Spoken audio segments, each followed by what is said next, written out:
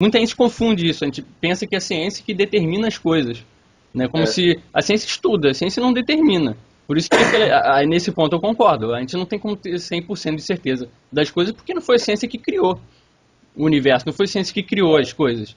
A ciência estudou. Mas se a gente está estudando através de uma ótica presa ao universo material, a gente só vai conseguir estudar coisas que estão relacionadas a isso, e não além. Então por isso que é muito difícil de cientificamente você conseguir provar Deus, por exemplo. E, apesar da área, cursar física, eu vejo muito isso. E o cientista, ele analisa, muitas vezes o físico analisa a realidade como se de fato ela fosse a realidade. Quer dizer, o físico, ele não avalia, ele não analisa a realidade. Ele analisa recortes, limitações, condições iniciais. Ele não tem como analisar o todo. Ele analisa apenas frações disso tudo. E querer que o estudo de uma fração seja válido para o universo inteiro é muita arrogância, né? Querer dizer que o universo funciona assim, assim, assado, é uma tentativa louvável e natural do ser humano.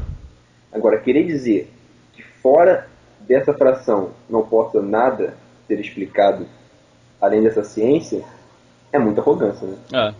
Então, acho que esse fato do universo vindo do nada é uma coisa que esbarra na própria lógica da inteligência humana, da simples obviedade de você não ver no universo, em nenhum outro fenômeno, alguma coisa surgindo do nada. E mais uma vez aqui eu estou dizendo, nada absoluto. Absoluto. Uma outra coisa que às vezes não fica bem definido cientificamente em relação ao Big Bang. O Big Bang ele até corrobora bastante com a hipótese teísta, crença na divindade ou o que seja. Ela foi até criada por um pastor, se não me engano, que justamente quis colocar a ideia de que uma coisa unificada, ou seja, o universo partiu de um ponto inicial, ou seja, ele teve uma origem, teve uma criação, então também deveria ter um criador, vamos dizer assim. Mas uma coisa que não fica muito bem definida sobre o Big Bang é justamente quando ele diz que, bom, o Big Bang foi uma rápida expansão de uma energia inicial, grande quantidade de energias concentradas em um determinado ponto. Alguns dizem assim, o Big Bang foi ele quem criou o espaço-tempo. Ele não surgiu do espaço-tempo, ele criou o espaço-tempo, vamos dizer assim. Se a gente fala que antes de ocorrer o Big Bang existia energia concentrada em determinado ponto, a gente já está dizendo que existia um espaço antes de ter sido criado um espaço-tempo, né? Então isso não fica muito bem definido. Ou então a teoria de que esteja concentrado em algum lugar é furada. Então aí você tem que dar outra coisa. E aí teria que dar uma outra opção, uma outra alternativa. Porque a gente não consegue, sempre que você tenta imaginar o Big Bang como um ponto inicial, você sempre imagina como se existisse já um universo que engloba esse ponto inicial, ou seja, que esse ponto inicial está dentro já de um outro universo. Como se ele estivesse presente em algum lugar. Presente em algum lugar. Então, assim, fica complicado a gente conseguir definir esse início do universo a partir do Big Bang, né? E o Big Bang nada contraria qualquer princípio religioso da crença em Deus. Não, e muito pelo contrário, ele corrobora. Porque, antigamente, muitos ateístas defendiam o universo como não tendo início. E muitos crentes, não existe um início do universo que foi criado por Deus. Ou seja, a defesa de um começo do universo não surgiu nos cientistas. Surgiu nas pessoas que acreditavam em Deus. A possibilidade de um universo infinito era defendida por muitos ateus. O que não precisa nem acreditar em Deus para dizer que isso é uma furada, mas existia esse debate, né? Existem outros argumentos também que são utilizados, né, de forma a desmentir as qualidades divinas, né, no caso. Por exemplo, o paradoxo da onipotência, né? Diz que se Deus pode fazer tudo, então ele poderia criar uma pedra que ele não pudesse carregar. Então você diz, mas ele pode criar uma pedra que ele não pode carregar. Mas bom, se ele cria uma pedra que ele não pode carregar, logo então ele não pode fazer tudo. Só que esse é um argumento em que ele já apresenta uma contradição na própria afirmação, na própria pergunta. Porque o argumento ele tenta buscar justamente uma contradição do poder absoluto, ou seja, poder fazer tudo. Só que esse poder fazer tudo ele ainda assim, ele tem uma certa relatividade. O tudo não pode ser um poder que anule um poder que ele já tem. Por exemplo, Deus não pode anular um poder, porque isso não faz sentido, ele anular um poder que ele possui. Da mesma forma que não faz sentido dizer que ele também não seria onipotente por não conseguir criar um círculo quadrado. Porque já existe uma contradição. Bom, ou é círculo, ou é quadrado. É a definição, assim, de Deus, que apresenta determinadas qualidades que são hierarquicamente equivalentes. Ou seja, a onipotência não pode anular a onisciência. Então, nem a onisciência pode anular a onipotência. Assim como a justiça plena e absoluta dele não pode anular a onipotência dele. Então, dizer que ele pode criar uma pedra em que ele não possa carregar, simplesmente você estaria anulando o quê? A possibilidade de levantar a pedra. Então, não é que a resposta é contraditória. A pergunta, a afirmação, ela é contraditória. Isso. Não tem o que responder a alguma coisa contraditória. Não tem sentido. Ou seja, Deus não pode fazer uma pedra que ele não pode carregar, porque justamente ele é Deus, e ele pode tudo. Então ele jamais poderia fazer algo que ele não pode fazer. Por exemplo, o livre-arbítrio, né? Se você fala, bom, eu tenho livre-arbítrio de não ter livre-arbítrio, mas aí pelo fato de eu estar usando meu livre-arbítrio para não ter livre-arbítrio, anula o fato de eu ter livre-arbítrio? Caso esse contra-argumento ele fosse válido, no máximo você estaria contrariando o conceito de onipotência, ou da forma que a gente entende a onipotência, e não contrariando, no caso, Deus, dizendo que ele não existe porque uma qualidade que alegam ele ter não é possível. Sim, não é possível, talvez, no entendimento que a gente tem de onipotência, mas talvez essa onipotência não é exatamente uma onipotência em que seja possível você, com um poder, anular já um poder que você tem.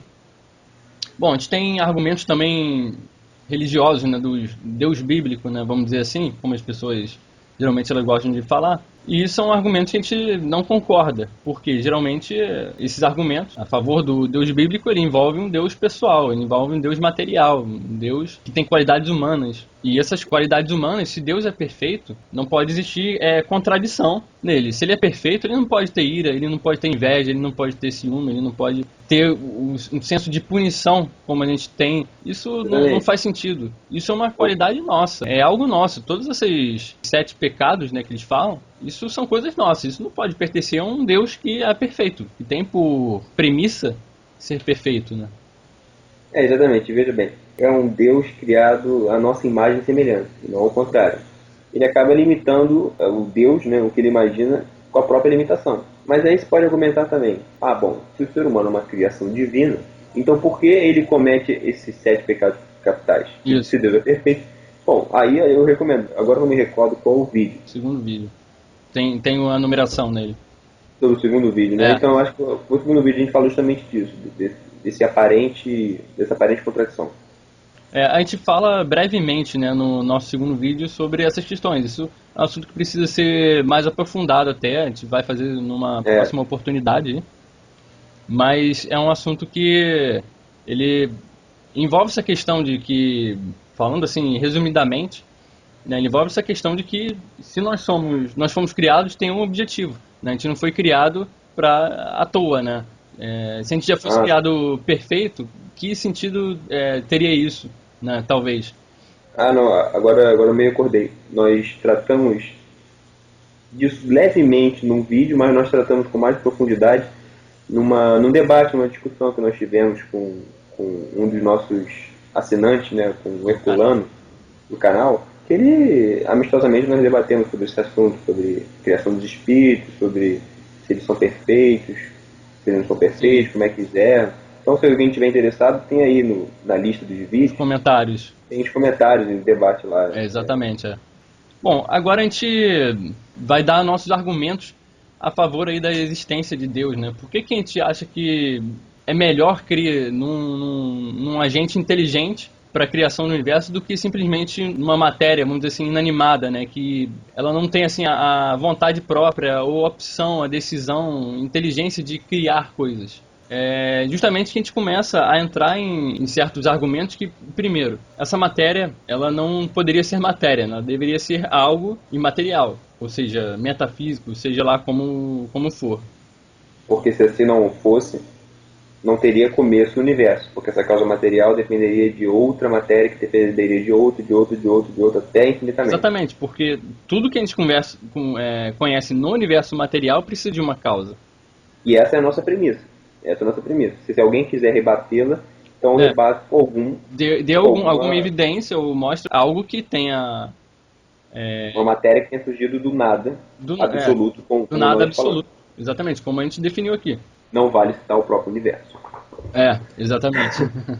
Então essa questão primeiro que precisa transcender o espaço-tempo, né? Aí, bom, alguns dizem, mas energia transcende o espaço-tempo, né? Que energia é algo atemporal, é algo imaterial, é algo que não tem forma também. Ele não tem forma, de fato, não é palpável, porém, ele atua e é perceptível no espaço-tempo. Nós não conseguimos conceber uma energia para fora do espaço-tempo, porque aí seria concebê-la para fora do universo, que é uma coisa que não faz nem o menor sentido. Né? Uma outra questão é, por exemplo, se existe essa energia que não tem a capacidade de decisão, não tem a vontade própria, e que ela que gerou o universo, né? Por que motivo ela teria gerado em algum momento o universo, né? O que mudou, já que não existe espaço nem tempo? Ou seja, tudo está estático, não existe forma, não existe nada. Então, logo, o que teria acontecido? Ou seja, porque se houve uma mudança, houve uma variação do espaço-tempo. Houve uma variação, exatamente. Então, pelo menos no tempo, no mínimo. Então você está falando em acontecer algo a partir de algo que não tem uma vontade própria. Exatamente, porque estático. Exatamente, estático. Porque só para ficar claro, a ausência de tempo, de espaço, a ausência de tudo, significa uma imobilidade, significa a ausência de um estado presente e um estado futuro. Isso. Simplesmente isso. Ou seja, se o universo surgiu digamos, de uma coisa energética, não sei o que, sem vontade, sem nada, o universo teria que ser infinito, criado infinitamente no passado. Porque não teria um estado posterior. A gente vai chegar em conceitos filosóficos, né, do que seria o tempo. O que é o tempo para a gente? O tempo é o quanto a gente percebe de variação do espaço. Então o tempo e o espaço estão intimamente relacionados, eles precisam existir. Eu diria até mais que o tempo ele seria uma percepção nossa do espaço, que é uma coisa que já existe. Uma percepção de algo variando no espaço. Isso. Então como é que você teria algo variando no espaço se não tem espaço, ou seja, nem tempo, algo estático? Então eu prefiro apostar em algo que possui uma vontade própria, que ela justamente a vontade ela é atemporal, ela simplesmente pode ser decidida e ela também não depende de espaço. Ou seja, a vontade é simplesmente uma decisão de um ser que possui a consciência. Né? Ele tem por necessidade transcender o espaço-tempo. Isso. Porque se ele não transcender o espaço-tempo, ele vira uma causa material igual aos outros. Exatamente. Por isso que nós achamos muito mais plausível, não é que a gente ache um absurdo não acreditar em Deus, nada disso. A gente só acha mais plausível a crença em Deus devido a todos esses motivos, né, que a gente mais racional, né? Nós achamos algo mais racional do que acreditar simplesmente matéria inanimada, né, inerte, coisas ou energia que seja, tenha tido uma vontade, uma opção de criar um universo que existe. Bom, então é isso, pessoal. A gente abordou aqui nossa visão. Fiquem livres aí para vocês criticarem, darem seus argumentos, né? Mas deem argumentos, não só diga é uma bobagem acreditar em Deus ou coisas semelhantes a isso, né? Que a gente vai estar disposto aí para responder. E até o próximo vídeo aí, pessoal. Valeu.